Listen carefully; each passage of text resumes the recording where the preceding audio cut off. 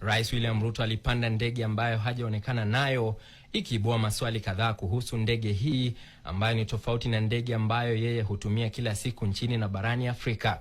Badala yake, Rais Ruto alipanda jeti hii ya kifahari inayojulikana kama Boeing Business Jet BBJ iliyokombolewa kutoka kwa kampuni ya Royal Jets kutoka makao makuu yake Abu Dhabi katika milki za Kiarabu. Kukomboa ndege hii itakugharimu zaidi ya shilingi milioni 2 kwa saa, ikiwa miongoni mwa ndege ghali zaidi duniani. KTN News ilifanya upekuzi na kupata stakabadhi za gharama ya ndege hiyo.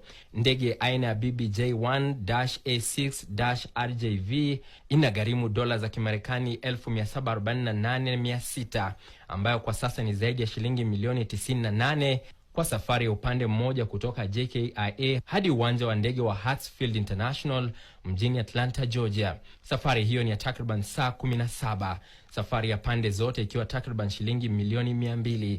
Ingawa serikali haijabainisha ni nani anayefaa kulipia gharama hii, duru kutoka katika ubalozi wa Marekani zinaarifu kwamba ni Wakenya wanaolipia gharama hii. Kwa kawaida ndege kama hizi hugharimu zaidi ya shilingi milioni 2 kwa saa, lakini kuna muda pia ambao ndege hizo huchukua mapumziko na kuongezewa mafuta kabla ya kuanza safari tena.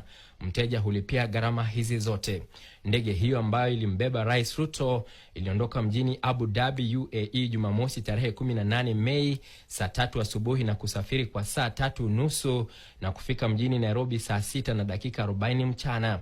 Baadaye ndege hiyo iliondoka katika uwanja wa JKIA saa 3 na dakika 48 Jumapili, Rais William Ruto na ujumbe wake wakielekea mjini Atlanta, Georgia, Marekani.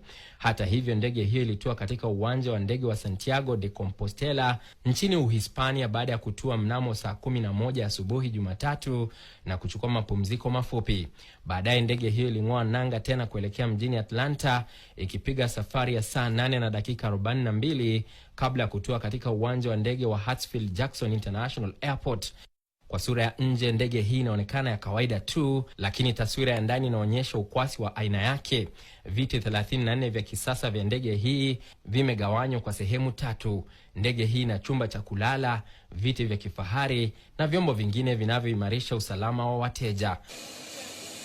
Haya yanajiri huku serikali ikipanga mbinu ya kununua jeti nyingine ya kisasa ya rais na kubadilisha ile iliyonunuliwa takriban miaka 30 iliyopita